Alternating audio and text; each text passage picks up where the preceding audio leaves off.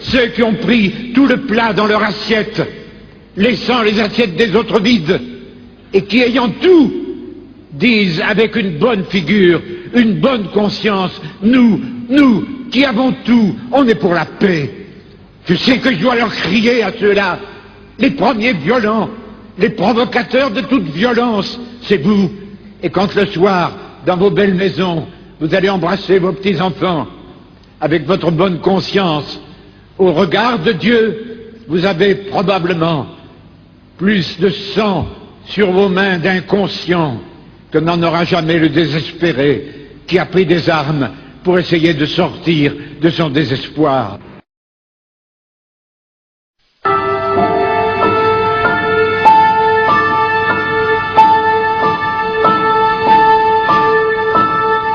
Mais ne nous trompons pas, il n'y a pas de violence qu'avec des armes.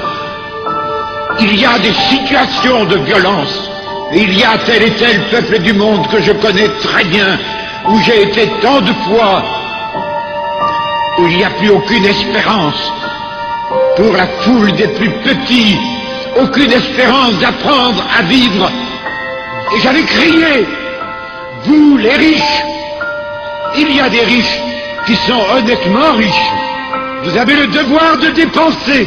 Ceux qui stockeraient dans des coffres de banque de l'or, des bijoux, qui les accumuleraient comme un trésor, car la fortune, dans les temps d'épreuve, doit être partagée, venant au secours en créant des entreprises viables pour donner de l'emploi et du salaire. La misère est forcément muette, comme le pouvoir est aveugle. Il faut qu'il y ait des voix d'hommes sans voix, qui empêchent de dormir tranquille ceux qui ont quelque pouvoir que ce soit, et des voix des hommes sans voix, qui empêchent le milliard d'êtres humains, qui ne sait pas de quoi il vivra demain. On nous parle de 100 millions qui peuvent périr dans l'Éthiopie.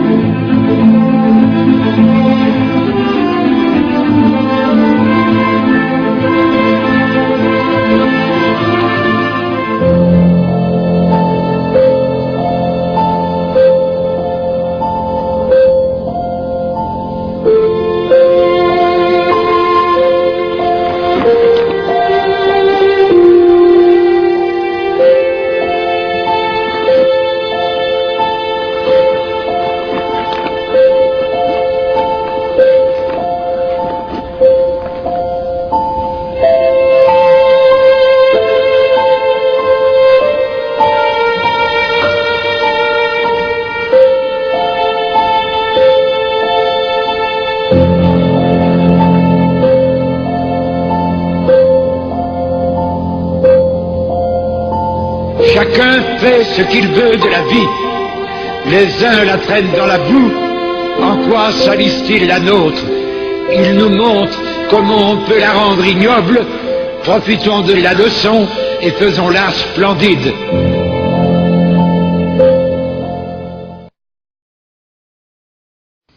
Mes amis, réveillons-nous. Assez d'indifférence. C'est la guerre.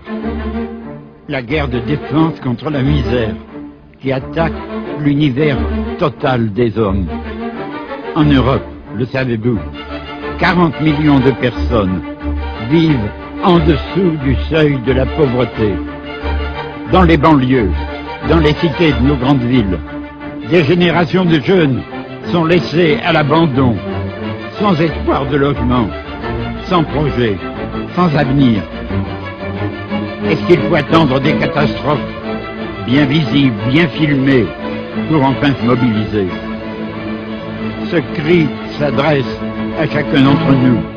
Et en premier, à vous, mes compagnons et amis, à vous tous qui écoutez, et surtout à vous, les plus jeunes. Ensemble, nous avons à détruire la misère qui agresse la planète entière. Elle surgit de partout. À chacun de nous, à nous tous ensemble, audacieux, sans merci, sans repos, de la vaincre. Beaucoup de municipalités, et plus que toutes celles de certaines grandes villes, trahissent, oui trahissent, en refusant leur gîte aux plus faibles. La France ne doit plus laisser de logis vides, ni de bureaux vides, ni, surtout, laisser détruire des lieux habitables sans immédiate nécessité. Commander cela est abominable et peut être criminel. La France doit bâtir immédiatement et pour tous. Elle en a les moyens, l'argent, la technique, la main-d'œuvre, le sol. Vous, les élus, il est temps d'agir pour que tout le monde ait un logement. Je vous l'ai déjà tant demandé, par parole et par écrit, et en acte. Vous, tous les citoyens, écrivez à votre maire, lancez des pétitions, déposez-les dans vos mairies avant le 15 mars, pour qu'elles précèdent nos prochaines initiatives communes.